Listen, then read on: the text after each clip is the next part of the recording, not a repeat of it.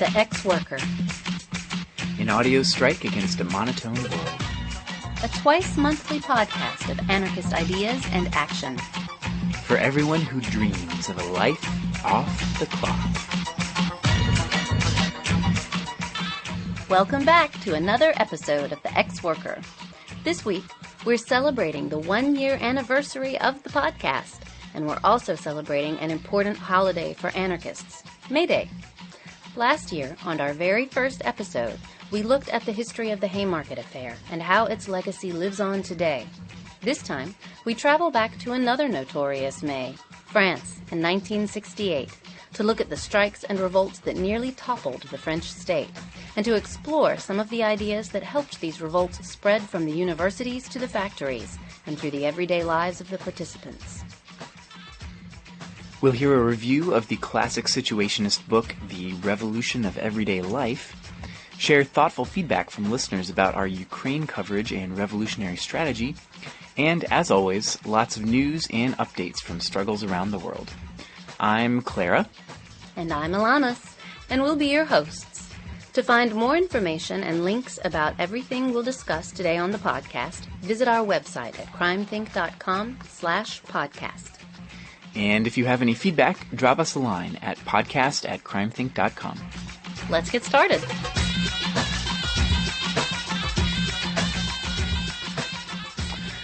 First up, we've got the Hot Wire, our look at resistance and revolt happening around the world. Let's get started with a rundown of recent actions and demonstrations. Alanis, what have we got? We'll start with some prisoner and prison struggle updates.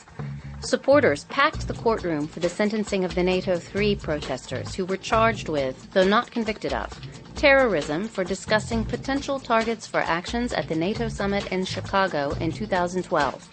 Brian Church was sentenced to 5 years, Brent Betterly to 6 years, and Jared Chase to 8 years. They will all serve 50% of the sentenced time and will receive credit for the 2 years they have served pending trial. Debbie Vincent of the Blackmail 3 was sentenced to 6 years in prison for her involvement in the campaign to close down the notorious animal testing lab Huntington Life Sciences. And in Sweden, 5 animal rights activists were sentenced for their alleged involvement in over 20 actions, including Ebba Olofsson, who is serving 2.5 years. Cody Sutherland of the Tinley Park 5, who pled to 3 counts of armed violence for his role in storming a restaurant during an organizing meeting of white supremacists, will be released from prison next month. A link to his release fund can be found on our website. Grand jury resistor Steve Jablowski returned to the Pacific Northwest after being exiled to Canada for over a year and a half in order to dodge a grand jury which was convened in order to investigate the 2012 May Day demonstrations in Seattle. Kansas City anarchist Black Cross has announced that anarchist Casey Brezick was sentenced almost a year ago to 12 years in prison for an attempted attack against the governor of Missouri. A link to more information can be found on our website. We've got a few follow-ups from prisoner struggles we covered in our last episode. First, the hunger strikers in Menard, Illinois are facing serious retaliation for their collective actions. Prison guards have assaulted 3 prisoners since January, taken and destroyed prisoners' possessions, specifically targeting pens and paper, and bolted sheet metal over cell windows.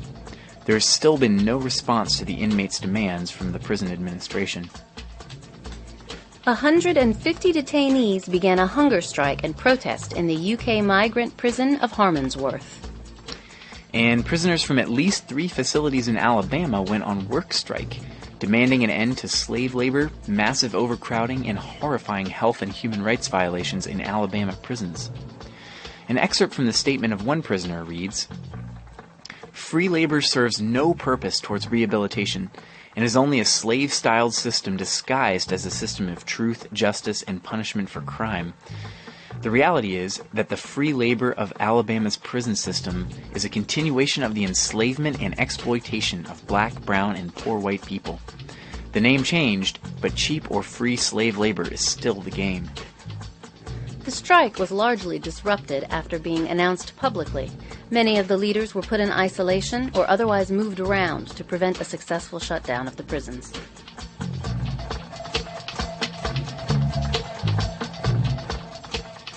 There have also been plenty of solidarity actions.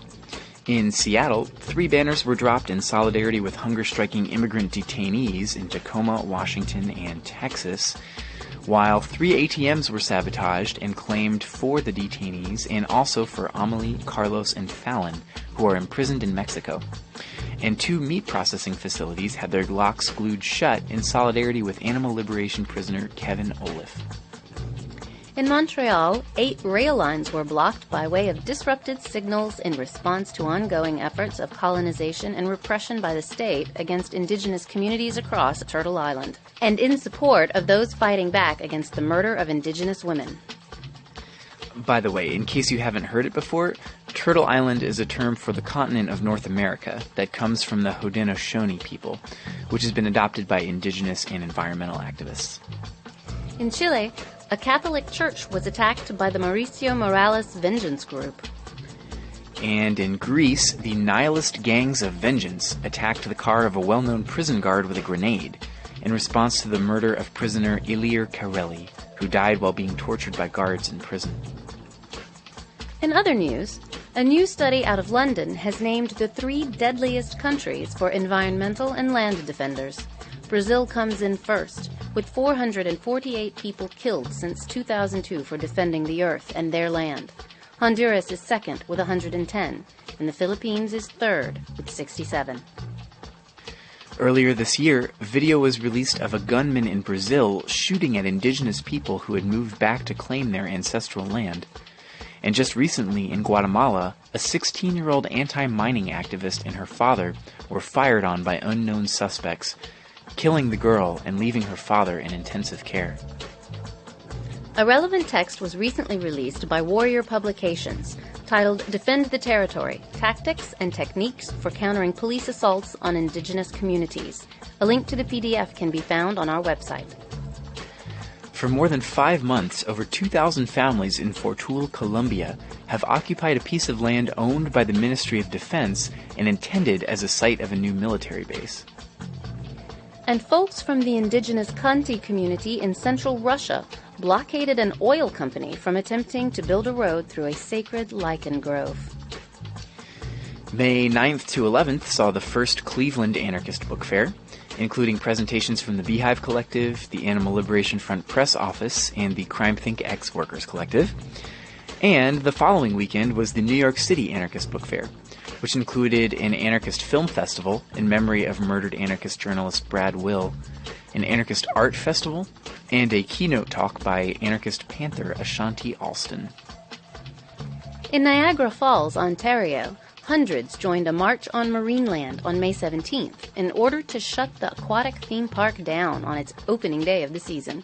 Similar to SeaWorld in the U.S., Marineland is one of the last facilities to keep captive orcas, and last year over 400 people stormed it to shut down a dolphin show, prompted by the discovery of an illegal mass animal grave nearby. More demonstrations are coming up. You can find more information at marchonmarineland.com. Open Books in Pensacola, Florida, which houses a Books to Prisoners collective, was hit pretty hard in recent flooding and suffered a lot of damage. They've asked for support, so if you want to help them out, check out the link on our website. In other international news, protests have spread around Turkey after a mining disaster that killed nearly 300 people. A Mexican paramilitary group attacked the Zapatista community of La Realidad, murdering a teacher named Galeano and destroying an autonomous school and health clinic. An International Week of Solidarity is ongoing now. Learn more at anatackonusall.org.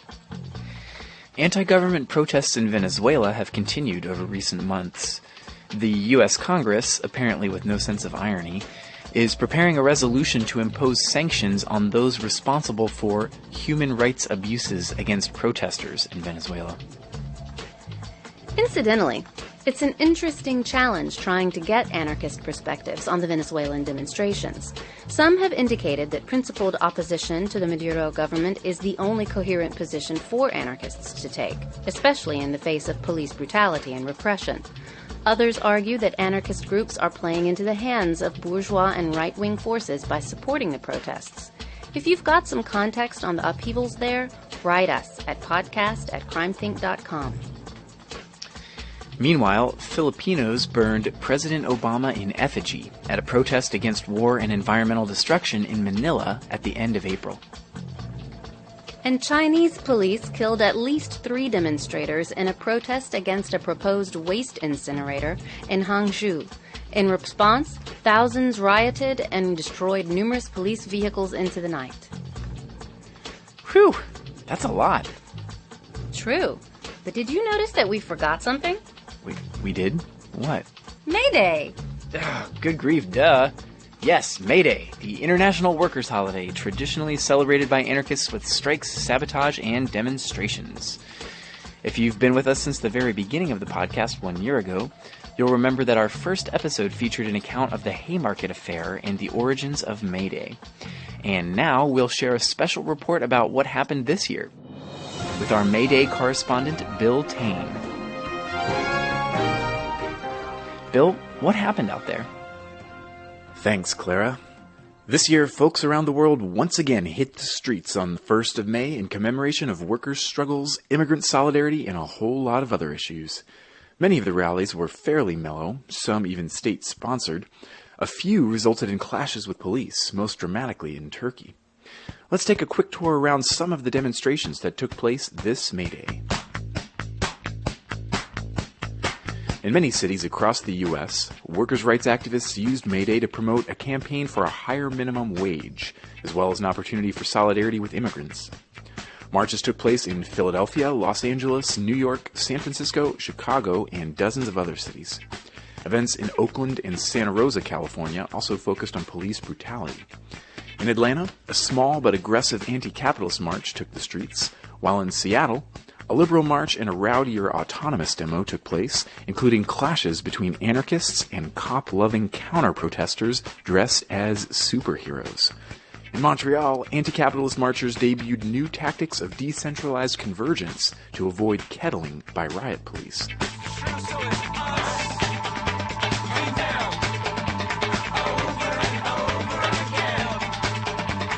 On to Latin America. In Cuba, the traditional pro-government May Day rally brought many thousands to the streets of Havana. Large demonstrations of workers took place in Sao Paulo, San Salvador, Bogota, Buenos Aires, La Paz, and beyond, while in Caracas, anti-Maduro protesters continued their struggle against the Chavista government in Venezuela. In Santiago, anarchists fought police and pro-government communists in the streets. Conflicts also erupted in Medellin, Colombia. Over in Europe, a 300-strong demo with hard banners and torches marched in The Hague, Netherlands, while in Germany, black blocs clashed with riot police in Hamburg, Berlin, and Duisburg.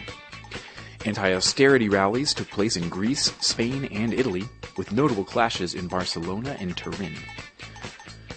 Radicals weren't the only ones out on May the 1st. Unfortunately, Nazi marches took place in Jönköping, Sweden, and Plauen, Germany, with anti-fascist counter-demonstrations confronting them. The Front National, an extreme right French party, also staged a large rally in Paris. Say auf Wiedersehen to your Nazi boss. Turkey has seen increasingly militant May Day protests in recent years.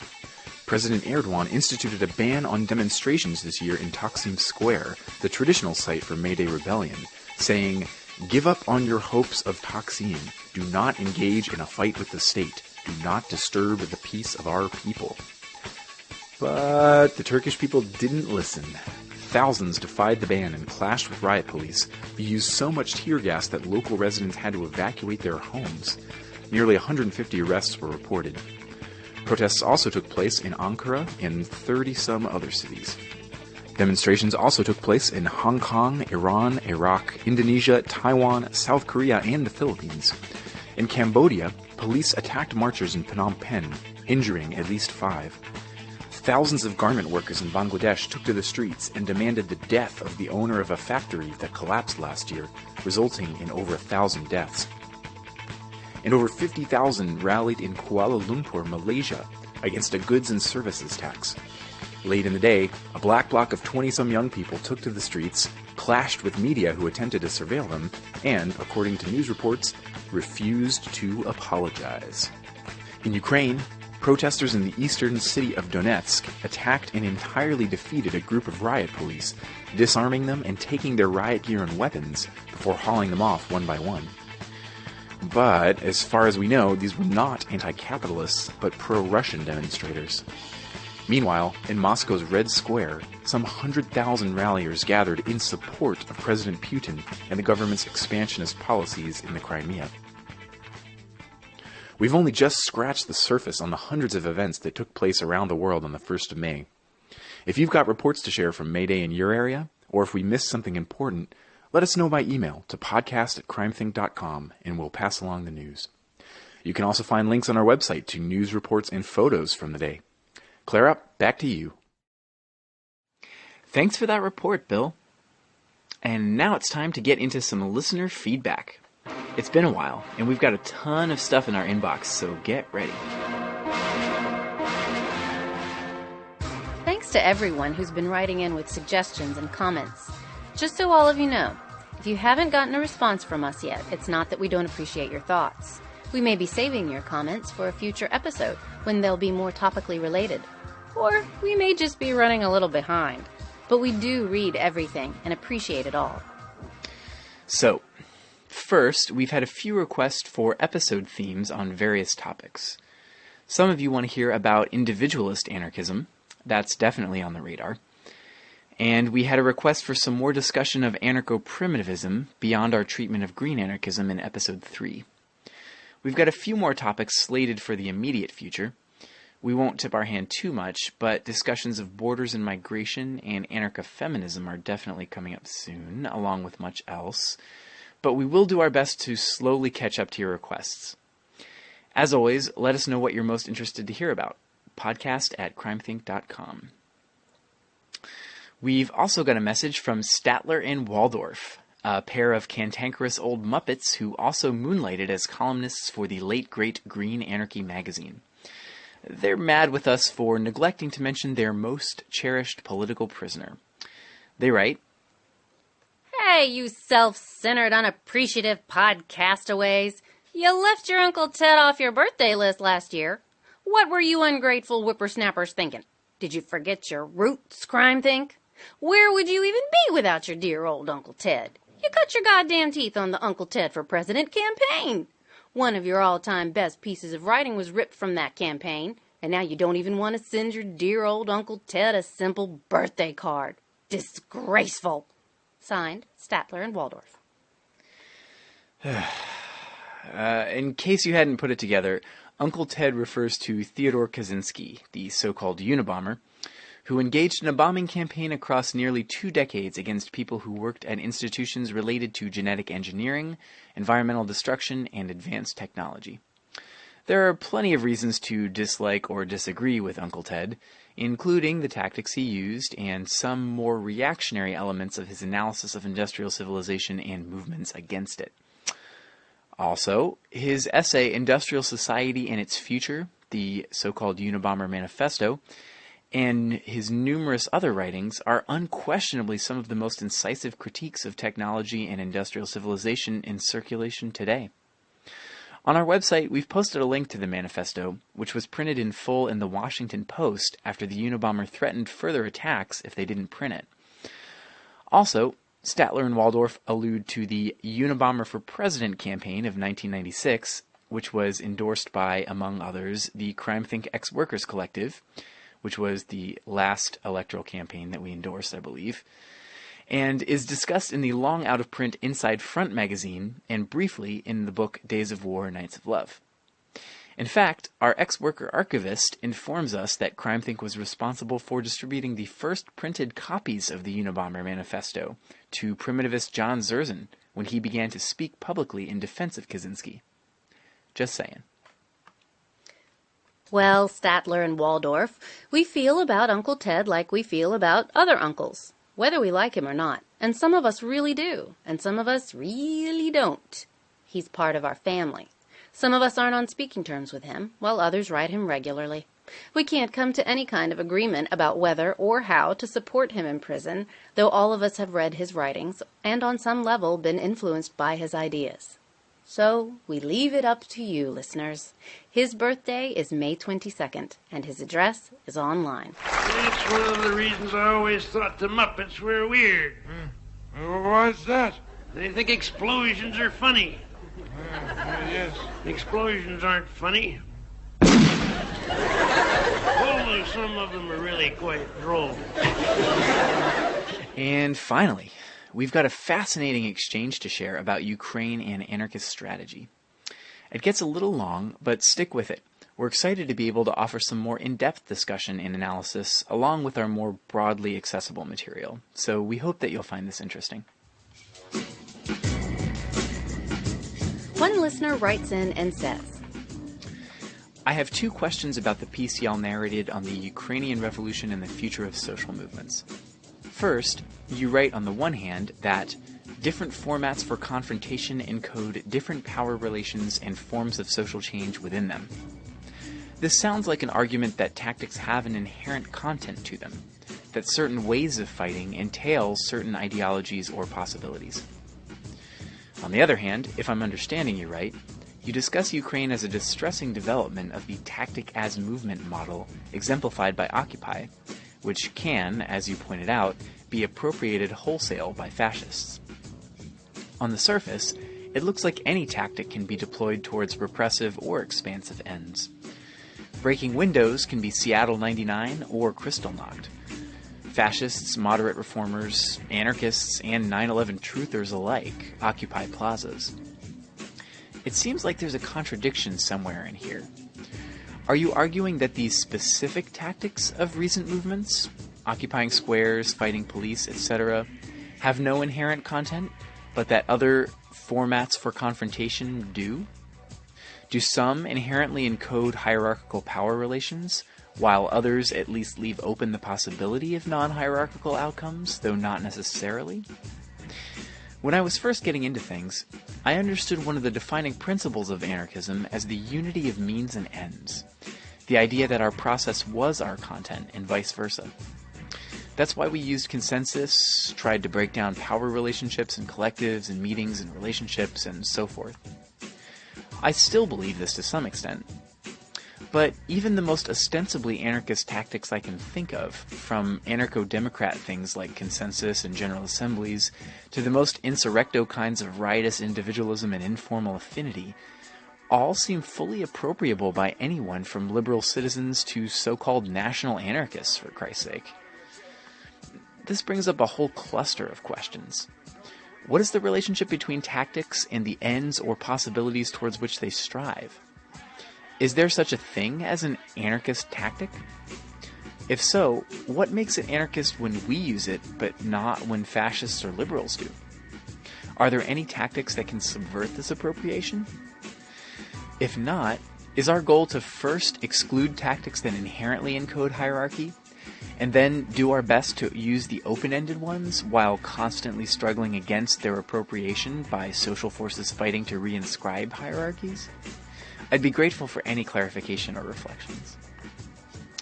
And second, I'm not sure that I like this framing of social movements as a three-way fight of us, whoever that is, against both the state and other authoritarians who are fighting it. It's true that this does help us get past the idiocy of anti-imperialism that presumes that we should show solidarity with some enemies against other enemies. But this militaristic notion of us against the world seems problematic. First, because it doesn't play to our strengths.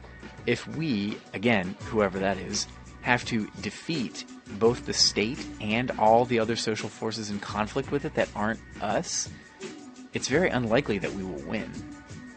Second, because it frames a conflict between fixed protagonists.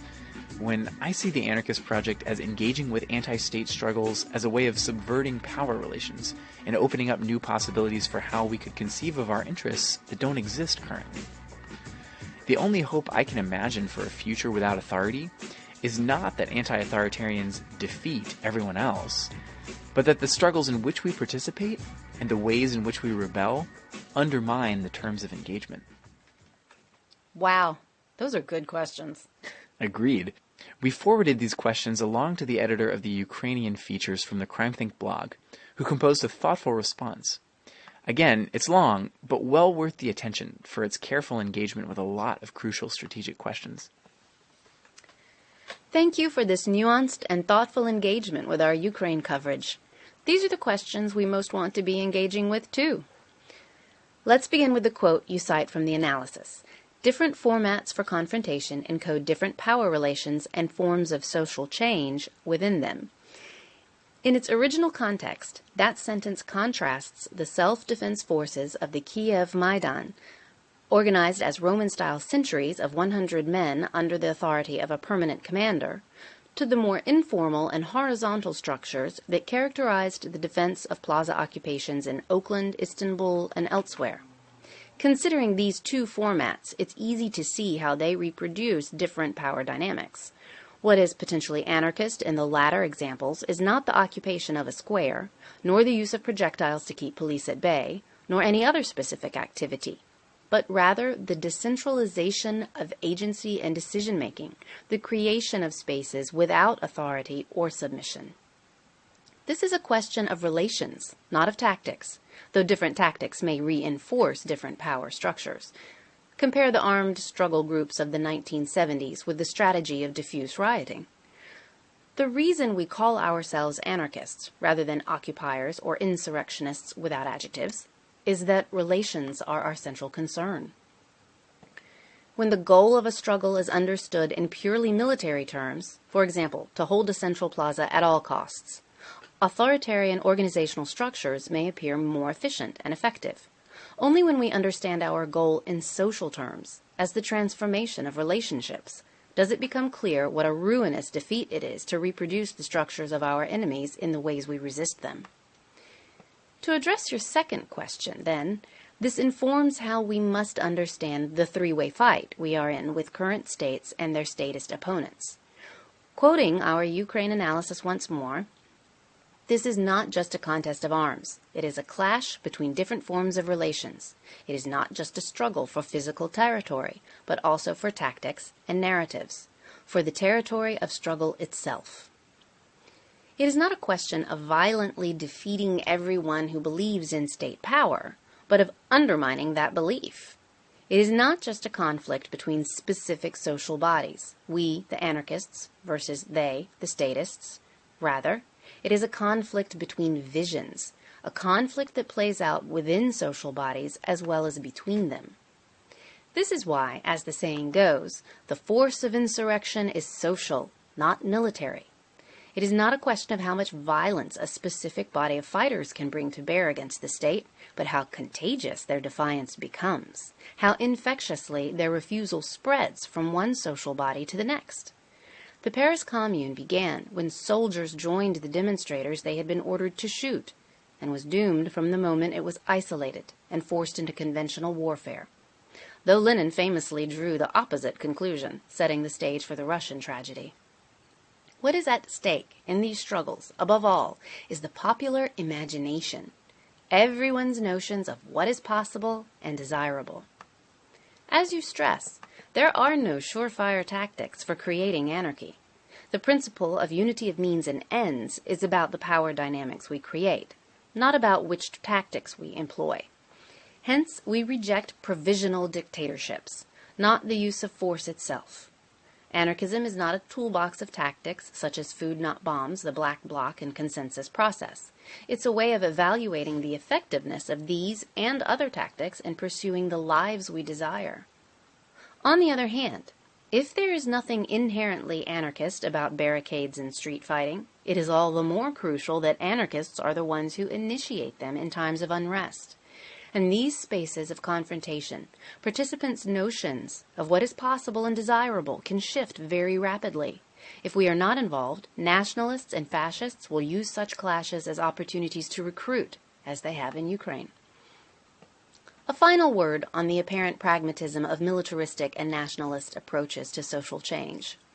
Imagine if the Ukrainian government had been overthrown by an anarchist revolution rather than a nationalist one, by a countrywide refusal to comply with the institutions of authority, rather than an armed struggle led by new authorities along nationalist and ethnic lines. we can imagine Russia would have been more hesitant to intervene. For rather than taking sides in a polarized ethnic conflict with the guaranteed support of its own citizens and Russian-identified Ukrainians, it would risk triggering the same rupture that had exploded in Ukraine within its own borders. In a world of globalized power structures, revolutions will be immediately destroyed or co-opted, or else they will be anarchist. We can only hope that others around the world will draw the same conclusion. These questions get to the heart of what it means to be an anarchist today, and how we can relate to the social upheavals going on around the world. Let's keep the conversation going. Thanks to both of our contributors for this discussion, and to all of y'all for making it so fascinating to work on this podcast. We want to hear your ideas and critiques and responses and suggestions, lighthearted or serious. So keep them coming to podcast@crimethink.com.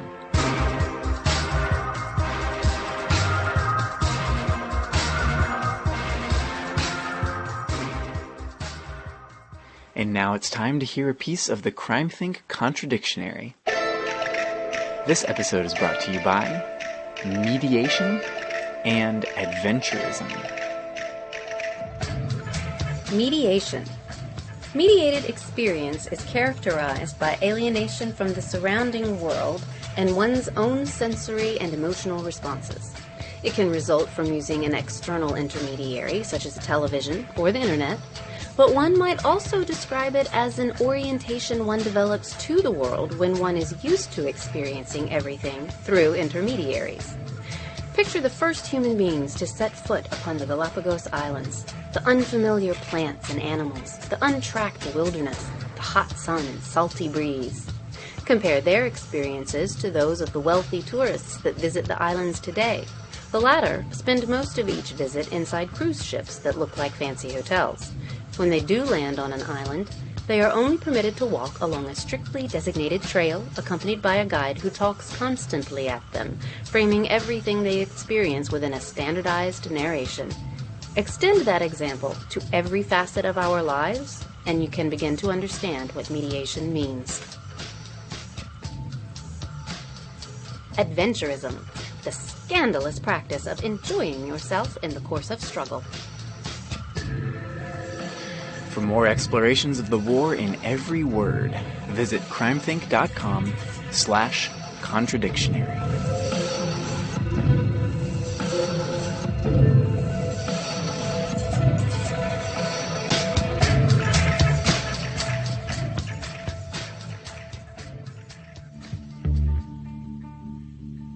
Paris, May 2nd, 1968. Months of discussions and mounting tensions between students and authorities at the Paris University of Nanterre have come to a head when students militantly occupy a building on campus. Joined by Parisian artists, musicians, and leftists, the conversation in the occupation centered around politics, the university's bureaucracy, and class relations in France.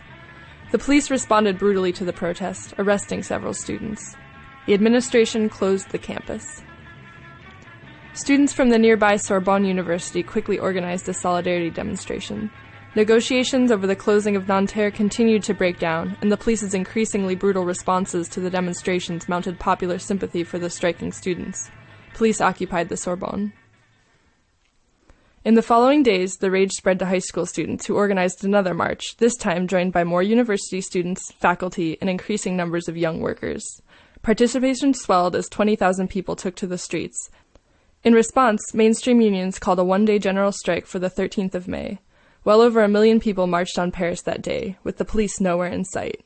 Prime Minister Georges Pompidou announced the reopening of the two universities and the release of the prisoners, but this did nothing to quell the rage of the strikers. When the Sorbonne reopened, students reoccupied it and declared it an autonomous people's university. In the weeks that followed, over 400 popular action committees were set up in Paris and elsewhere to take up grievances against the government and French society. Workers continued to strike and occupy their factories long past the single day of the official general strike. These activities weren't sanctioned by the unions. On the contrary, the main union, CGT, tried to contain this spontaneous outburst of militancy by channeling it into a struggle for higher wages and other economic demands. Workers put forward a broader, more radical agenda, demanding the ousting of the government and President Charles de Gaulle, and attempting, in some cases, to run their own factories. When the trade union leadership negotiated a 35% increase in the minimum wage, the workers refused to return to work and jeered the union leaders. The wildcat strikes brought the French economy to a standstill, nearly collapsing the government. Over 22% of the workforce was out.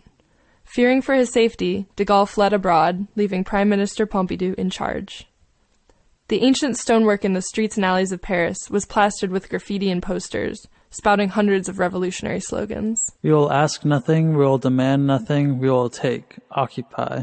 No gods, no masters. In a society that has abolished every kind of adventure, the only adventure that remains is to abolish the society.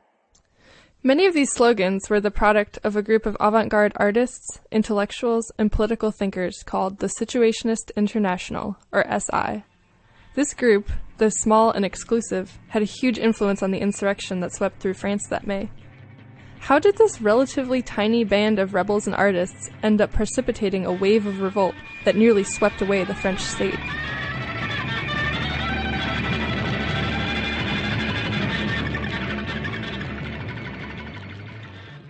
When the Situationist International was first formed in 1957, its focus was predominantly artistic. They explored psychogeography, or the way in which the geographical environment, consciously organized or not, affects the emotions and behavior of individuals.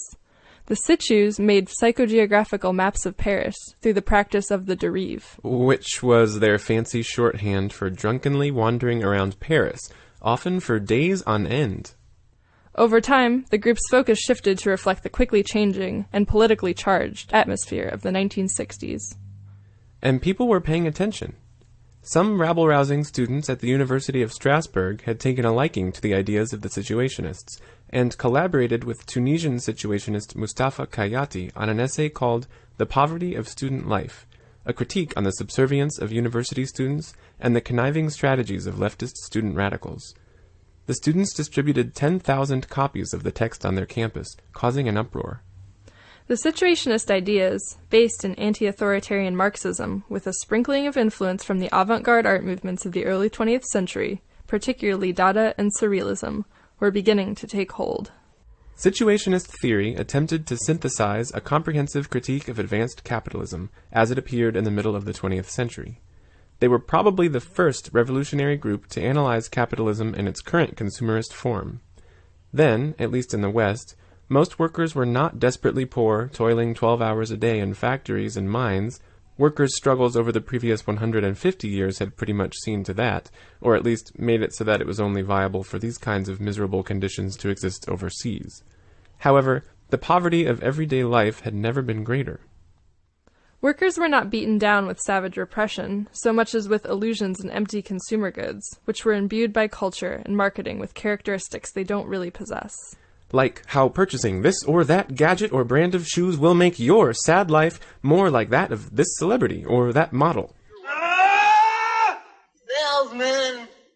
The Situs rejected the idea that advanced capitalism's apparent successes, such as technological advancement, increased income, and increased leisure time, could ever outweigh the social dysfunction and degradation of daily life that it simultaneously inflicted. Satisfying workers with increased material wealth could no longer put a stop to class struggle, since human desires would always be in conflict with capitalist alienation.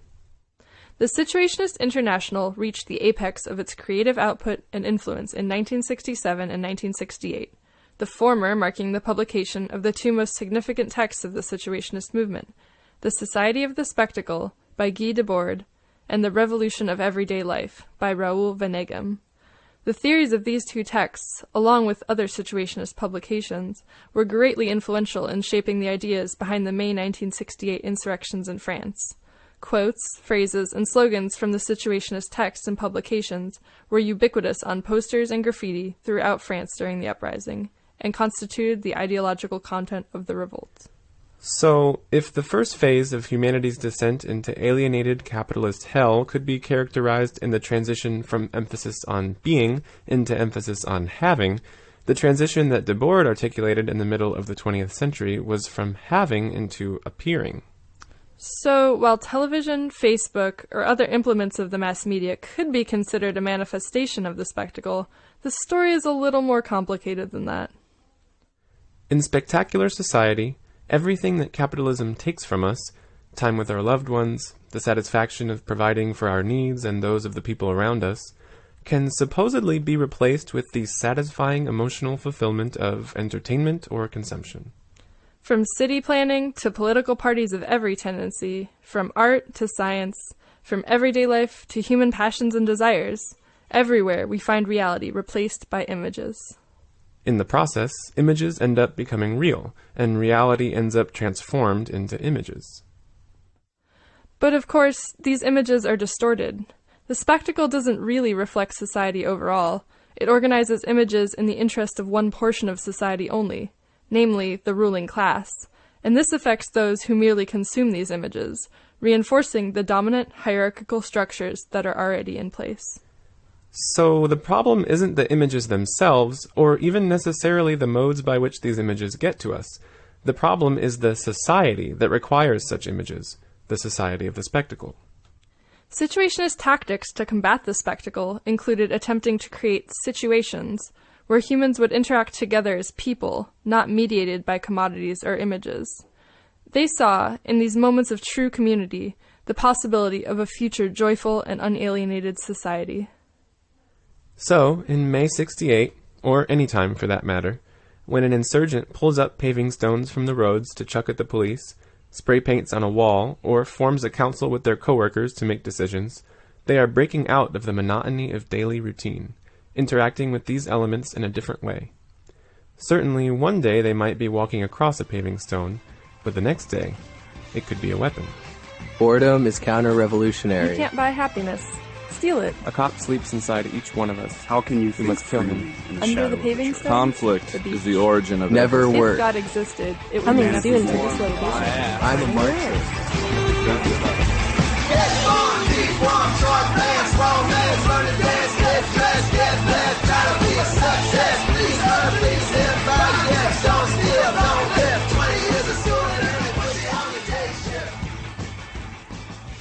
So, did it happen? What? The Rev. You know, the workers and students going out on permanent holiday, the French government and the economy collapsing, the insurrection spreading to Europe, and then the world. Well, no, actually. What happened was President de Gaulle called for new elections, and the communists agreed to it, and things just sort of petered out. Damn. It also seems like people responded really strongly when the police were beating and arresting tons of people, but when they stopped doing that, people didn't have as much to immediately respond to. Yeah, and those kinds of soft policing tactics are still being developed today. Like all history, the history of the Situationists and the May 68 revolts are more than just a nice story. The ideas about the spectacle, alienation, and how to combat these things are important when considering how to understand and fight against the diffuse domination we experience every day. The Situationists were a product of their time, and simultaneously they affected their times, contributing to struggles with ideas, propaganda, and militancy. It's kind of a chicken and egg thing, and an important position to consider ourselves in as anarchists, especially in this time when we're seeing lots of different mass struggles popping up. How does it make sense to interact with these things? The Situationists themselves might be adverse to their subject matter appearing on an anarchist podcast. In fact, members of the SI have brutally critiqued anarchists, calling us ahistorical and moralistic. But neither were they Marxist. Although their ideas are rooted in Marx, they criticized Trotskyism, Marxist-Leninism, Stalinism, and Maoism from a strong anti-authoritarian position, talking mad shit on the centralized bureaucracies of China and the Soviet Union in the same breath as capitalism. Despite their anti-anarchist sentiments, the ideas and history of the SI are really fundamental to us. Yeah, I was just thinking about this the other day. I mean, how much these ideas totally saturate my understanding of anarchism. I think even the idea that joy and passion can be subversive were really popularized by the Situationists, and you can trace the lineage of these ideas from the May 68 revolts to their influence on the proposals of insurrectionary anarchism and to the present. The impact of Situationist ideas is undeniably clear in the ubiquitous crime think book Days of War, Nights of Love, and in the magazine Adbusters, which, despite espousing a pretty unnuanced take on situationism, was mega influential in the era of anti-globalization protests and in the Occupy movement. For me, thinking about struggle doesn't just mean thinking about how I can continue to do the same job at a coffee shop, school, or factory, but just organized more fairly. It's a bigger picture view, the idea that I want to live in a world where the coffee shop, school, and factory aren't required to satisfy my material and emotional needs, and the needs of those around me. Not to mention the idea that it's okay for me to want to live, not just survive. Let's take a line from Raoul Vaneigem. If we continue to talk about revolution and class struggle without referring explicitly to everyday life, without understanding what is subversive about love and what is positive in the refusal of constraints, then we are talking with a corpse in our mouth. Acid rain, acid rain, acid rain, help me fade away. All your saviors, all your saviors, line them up on some side at a road stop. Could you name them? Could you name them? Do you give them? And now it's time for the chopping block, our section of reviews of the best in anarchist writings from yesterday and today. The quote we read at the end of our Situationism feature comes from the book we'll be looking into today, Raoul Vaneigem's The Revolution of Everyday Life. Long ago, a good friend handed me my copy of The Revolution of Everyday Life on my 20th birthday. Less than 2 months earlier, I had spontaneously altered the course of my life by dropping out of the prestigious art school I was attending. I didn't know exactly what I was doing, but I did know that I was having much more fulfilling conversations with the anarchists with whom I was serving free food in the park or tearing it up in the streets than anyone I was meeting in my crit sessions or gallery shows. The book's entry into my life during this period dovetails neatly with the original French title, which translates to Treatise on Living for the Younger Generations. I, like translator Donald Nicholson Smith, prefer that to the self-helpy English title, Revolution of Everyday Life, which in this edition is framed by soothing pastel tones and a picture of a contemplative man staring off into a glacial mountain range. As per Vaneigem's instruction, I'd never read the book cover to cover, rather reading and rereading selected sections and crafting my own structure, peppering the well-loved pages with copious underlines, annotations, and dog ears. Reading the book straight through proved more difficult than I bargained for. It's so rich and dense that I couldn't read very far without getting kind of overwhelmed. I'd suggest using it as recommended. The treatise is neatly divided into 2 parts, and then structured into theses and expansions on those theses. The first part, entitled Power's Perspective, outlines the use and structure of power relations within contemporary society. Of course, contemporary society refers to 50 years ago. The book was published in France in 1967, just a year before the infamous revolts of May 1968. As we mentioned in the theme, the treatise is often seen as a companion text to Guy Debord's infamous Society of the Spectacle, albeit a more subjective, personal, and emotive take on the ideas. That's not to say that it can't get a little dense at times, especially if you're not familiar with situationist rhetoric. Vaneigem's basic thesis is that the capitalist structure which dictates our work life also now dictates every aspect of our life, down to our free time. After outlining how exactly power has accomplished this feat, he calls on us to refuse the stable roles and identities handed to us and immediately push for insurrectionary breaks with our conditions, utilizing our own desires and experiences as our starting point. Creative, spontaneous, and poetic ruptures of the existent are necessary for the transformation of this world and the reinvention of life. A weak point in his analysis is his fixation on enlightenment, the attitude that when people stop being fooled, they stop doing what they're told. I think in certain circumstances this can be true, such as when the visibility of actions or attacks exposes cracks in the facade of power. But I don't think publishing the most perfect correct analysis is going to change much on its own. At this point, I don't think the spectacle is fooling that many people, but that doesn't stop them from participating in their own exploitation. Still, I think there is a lot of good stuff in here, and I found most of the analysis to not only be largely accurate, but also still relevant to many discussions happening in contemporary anarchist circles. The theses on the organization of power relate to my attempts to understand contemporary conversations around cybernetics, and I think that anyone engaged in anti-oppression politics or identity-based organizing in anarchist circles could benefit from rereading the section about roles. Through the lens of this passionate, perplexing, expansive book, the fabric of alienation tying together our experience of life under capitalism becomes clearer than ever, and resistance to it seems not just possible, but joyous. So what's stopping us? As Vaneigem famously concludes, we have a world of pleasure to win, and nothing to lose but boredom. The Revolution of Everyday Life is published by Rebel Press and is also available online for free at the anarchistlibrary.org.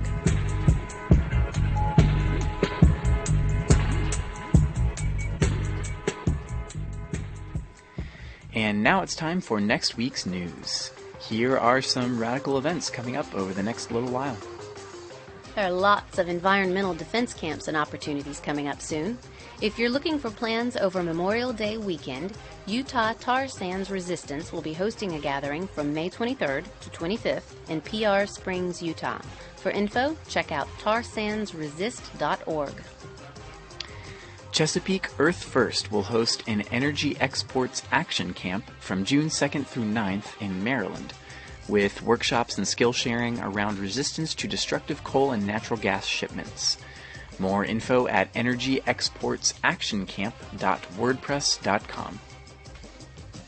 And the Earth First Climbers Guild is hosting a gathering from June 16th to the 22nd in the upper Midwest, around southern Minnesota and Wisconsin, to share skills about direct action climbing and rigging for forest defense. Find out more at efclimbers.net. Also, the new Earth First Direct Action Manual has been published.